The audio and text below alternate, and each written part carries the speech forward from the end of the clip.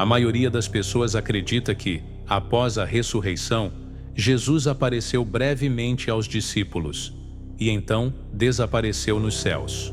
Mas essa é apenas a versão que nos deixaram ver. Textos antigos, banidos, esquecidos, falam de algo muito mais profundo. Após vencer a morte, Jesus não partiu. Ele permaneceu onipresente, não como homem, mas como consciência cósmica. E durante 11 anos, ele instruiu seus discípulos em segredo, através de visões, aparições espirituais e encontros nos planos sutis da existência. O mundo o chamava de morto, mas para os que tinham olhos para ver, ele estava mais vivo do que nunca. Esses encontros aconteceram longe do templo, longe das sinagogas, longe da multidão, no silêncio das madrugadas, em cavernas escondidas, no coração dos que ousaram permanecer com ele. Ali o Cristo cósmico falava, e o que ele revelou não era religião, era libertação. Ele disse: "Vocês estão presos a um ciclo, reencarnando sob o domínio de forças que se alimentam da ignorância." E revelou que o mundo visível não foi criado pelo verdadeiro Pai, mas por um arconte cego, um falso Deus, que se julgava Senhor do universo. Esse ser era o Demiurgo, e junto com ele, os arcontes moldaram um sistema feito para aprisionar as almas na matéria. Mas nem tudo estava perdido. Dentro de cada ser humano há uma centelha de luz, um fragmento do verdadeiro Pai, um sopro do alto. E essa centelha é o caminho de volta. Jesus revelou aos discípulos os nomes dos éons, os caminhos pelos quais a alma sobe após a morte, e os guardas celestiais que tentam impedi-la. Disse que o espírito precisa de conhecimento, de recordação e também de orações secretas.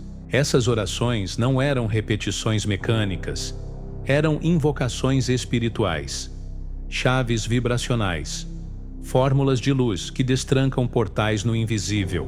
Ele ensinou: "Quando subires aos céus e fores detido por aqueles que guardam as portas, diz estas palavras, e eles se afastarão." Uma dessas orações dizia: "Ó luz do alto, abre as portas diante de mim.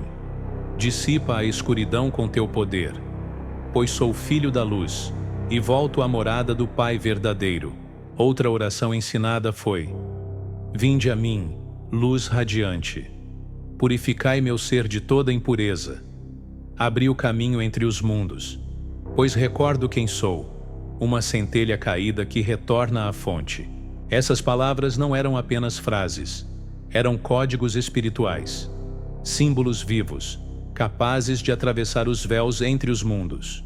Durante esses 11 anos, o Cristo cósmico falava, e Maria Madalena era uma das que mais compreendia. Ela fazia perguntas que os outros temiam fazer, e ele respondia com clareza. "Não temas conhecer o todo", ele dizia. "O conhecimento não condena, liberta. A ignorância é o que mantém a alma em ciclos de dor."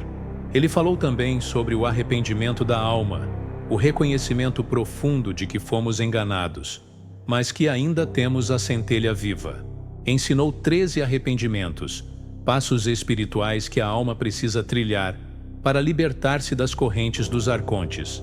Cada arrependimento era seguido de um cântico, como: "Perdoa-me, luz, por ter me esquecido de ti, por ter amado o mundo e me afastado da verdade." Ao longo desses anos, o Cristo mostrou aos discípulos as regiões do invisível, o caos inferior onde as almas sofrem, os palácios de julgamento espiritual, as camadas dos céus falsas, construídas pelos arcontes, e, por fim, os caminhos verdadeiros que levam ao Pai da Luz. Disse: "Não aceiteis toda a luz como verdadeira. Muitos brilham com engano. A verdadeira luz não impõe, ela chama e espera ser reconhecida." Ele alertou que viria um tempo em que os homens transformariam seus ensinamentos em instituições, fariam da verdade um dogma, do espírito uma regra e da salvação um comércio, e pediu: "Guardem essas palavras, mas revelem-nas apenas aos que têm sede, pois muitos ouvirão, mas poucos compreenderão. Ao final dos 11 anos, ele cessou de aparecer, mas não porque partiu, porque se tornou parte deles. O Cristo cósmico agora habitava nos corações despertos, não como imagem, mas como vibração viva de lembrança. E hoje, ele ainda fala, não em templos, não nas religiões, mas no silêncio daquele que ousa buscar, na inquietação de quem quer lembrar, na alma daquele que, em segredo, clama: quem sou eu?